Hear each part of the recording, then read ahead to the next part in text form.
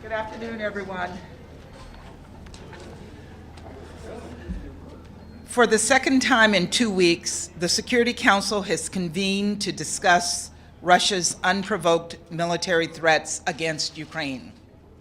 And for the second time in 2 weeks, the rest of the Security Council has delivered a clear, unambiguous message to Russia to pursue the diplomatic path. Do not pursue the path of confrontation. Unfortunately, we are deeply concerned that this is the path Russia has chosen, which is why Secretary Blinken laid out the facts we see on the ground, our understanding of Russia's plans, and very clearly challenged Russia to state its intention on the record before the world that it had no intention to invade Ukraine. But what we heard from Russia today and out of Russia in recent days has been exactly the kind of incendiary rhetoric and disinformation that we and others have been warning about.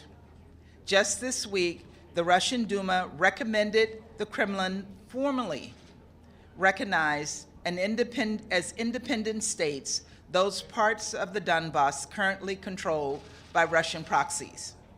This action, taken knowing the focus of our discussion today, shows Russia's total contempt for the Minsk agreements.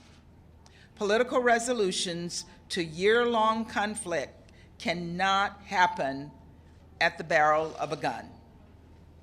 Let's be clear, there is only one country making threats here. It is Russia.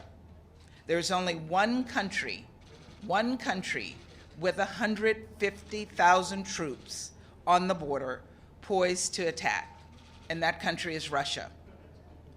This is about Russia threatening the sovereignty of Ukraine and the lives of untold people. This is about Russia threatening the international order. This is about Russia threatening the UN Charter. This is about Russia threatening the principles on which every UN member state has freely committed, principles that guarantee each of us sovereignty and territorial integrity. As Secretary Blinken said this morning, we very much hope that Russia doesn't invade Ukraine and proves us wrong, but we fear the worst. That is why today the Security Council once again urged Russia to pursue the path of diplomacy.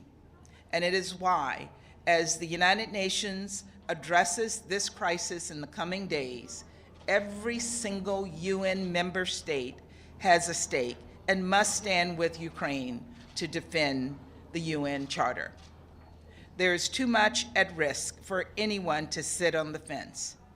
This is a moment for collective action. The United States will continue to pursue de-escalation at the diplomatic table.